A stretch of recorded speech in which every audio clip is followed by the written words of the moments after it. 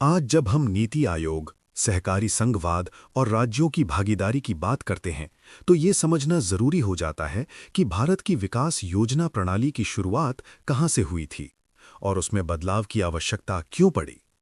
आज़ादी के बाद भारत के सामने सबसे बड़ी चुनौती थी गरीबी, बेरोजगारी, अशिक्षा और औद्योगिक पिछड़ापन। इसी पृष्ठभूमि में भारत ने केंद्रीकृत आर्थिक योजना का रास्ता चुना। भारत में योजना आयोग का गठन 15 मार्च 1950 को किया गया था। ये कोई संवैधानिक संस्था नहीं थी, बल्कि ये गैर संवैधानिक और गैर वैधानिक यानी एक्स्ट्रा कॉन्स्टिट्यूशनल नॉन स्टैट्यूटरी संस्था थी, जिसका गठन कैबिनेट प्रस्ताव के माध्यम से किया गया। इसके पीछे वैचारिक प्रेरणा सोवियत संघ की केंद्रीकृत योजना प्रणाली से आई थी, जहां राज्य आर्थिक विकास की दिशा तय करता था। योजना आयोग के अध्यक्ष भारत के प्रधानमंत्री होते थे और एक उपाध्यक्ष होता था, जिसे कैबिनेट मंत्री का दर्जा प्राप्त था। आयोग में पूर्णकालिक और अंशकालिक सदस्य होते थे। योजना आयोग का सबसे महत्वपूर्ण कार्य था 5 वर्षीय योजनाएं बनाना, राष्ट्रीय प्राथमिकताएं तय करना और केंद्र द्वारा राज्यों को दिए जाने वाले योजना अनुदानों का आवंटन करना। योजना आयोग के साथ ही राष्ट्रीय विकास परिषद यानी नेशनल डेवलपमेंट काउंसिल (NDC) की स्थापना भी 1952 में की गई। इसमें प्रधानमंत्री, केंद्रीय मंत्री, सभी राज्यों के मुख्यमंत्री और उपराज्यपाल शामिल होते थे। NDC का कार्य था योजनाओं को राजनीतिक वैधता देना और केंद्र राज्य समन्वय बनाए रखना। पहली पंचवर्षीय योजना 1951 से 56 से लेकर 12वीं योजना 2012 से 17 तक भारत की विकास यात्रा योजना आयोग के माध्यम से चली। इस दौरान हरित क्रांति, औद्योगिकरण, सार्वजनिक क्षेत्र का विस्तार, शिक्षा और स्वास्थ्य ढांचे का निर्माण, इन सब में योजना आयोग की भूमिका रही। लेकिन समय के साथ साथ योजना आयोग की सीमाएं और कमियां स्पष्ट होने लगीं। भारत की अर्थव्यवस्था 1991 के बाद उदारीकरण के रास्ते पर बढ़ चुकी थी, लेकिन योजना आयोग की कार्यप्रणाली अब भी केंद्रीकृत, ऊपर से नीचे यानी टॉप डाउन मॉडल पर आधारित थी। राज्यों की शिकायत थी कि योजना आयोग एक तरह से वित्तीय सुपर मंत्रालय बन गया है, जो अनुदान देने न देने के माध्यम से राज्यों पर नियंत्रण रखता है।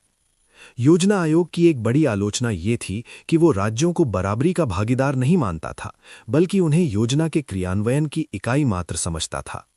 इसके अलावा योजना आयोग और वित्त आयोग के बीच भी कार्यक्षेत्र को लेकर भ्रम बना रहता था। वित्त आयोग संविधान के अनुच्छेद 280 के तहत एक संवैधानिक संस्था है जो करों के बंटवारे की सिफारिश करता है, जबकि योजना आयोग योजना अनुदान तय करता था। इससे दो समानांतर वित्तीय ढांचे बन गए थे। इन सभी कारणों से ये महसूस किया गया कि 21वीं सदी की अर्थव्यवस्था के लिए योजना आयोग का मॉडल उपयुक्त नहीं रहा।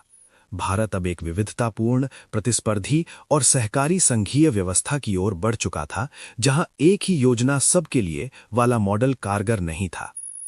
इसी पृष्ठभूमि में 1 जनवरी 2015 को नीति आयोग यानी national institution for transforming India का गठन किया गया और योजना आयोग को औपचारिक रूप से समाप्त कर दिया गया। नीति आयोग भी एक गैर संवैधानिक संस्था है, लेकिन इसका दर्शन योजना आयोग से पूरी तरह अलग है। नीति आयोग का मूल विचार है कोऑपरेटिव फेडरलिज्म और कम्पिटिटिव फेडरलिज्म। यहाँ प्रधानमंत्री अध्यक्ष होते हैं, लेकिन इसमें एक गवर्निंग काउंसिल होती है जिसमें सभी राज्यों के मुख्यमंत्री और केंद्र शासित प्रदेशों के उपराज्यपाल शामिल होते हैं। इसके अलावा क्षेत्रीय परिषदें भी बनाई जाती हैं जो राज्यों की साझा समस्याओं पर काम करती हैं। नीति आयोग कोई 5 वर्षीय योजना नहीं बनाता और न ही राज्यों को धन आवंटित करता है। वित्तीय आवंटन का कार्य अब पूरी तरह वित्त आयोग और केंद्र सरकार के बजट के माध्यम से होता है। नीति आयोग की भूमिका है नीति निर्माण में थिंक टैंक की तरह काम करना, दीर्घकालिक विजन तैयार करना, जैसे विजन 2030, SDGs, राज्यों को बेस्ट प्रैक्टिस साझा करने का मंच देना और डेटा आधारित नीति सलाह देना। योजना आयोग जहां निर्देशक की भूमिका निभाता था, वहीं नीति आयोग खुद को फैसिलिटेटर और इनेबलर के रूप में प्रस्तुत करता है। यही कारण है कि नीति आयोग को दंड देने या अनुदान रोकने की शक्ति नहीं दी गई है।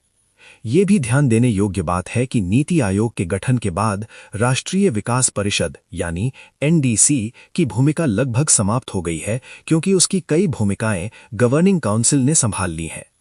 एनडीसी को औपचारिक रूप से खत्म नहीं किया गया, लेकिन ये व्यवहारिक रूप से निष्क्रिय यानी डिफंक्ट हो चुकी है। एनडीसी की आखिरी बैठक 27 दिसंबर 2012 को ही हुई थी। अगर योजना आयोग के स्थान पर नीति आयोग नहीं लाया गया होता तो भारत की नीति प्रणाली शायद आज भी एक कठोर, केंद्रीकृत और कम लचीली व्यवस्था में फंसी रहती।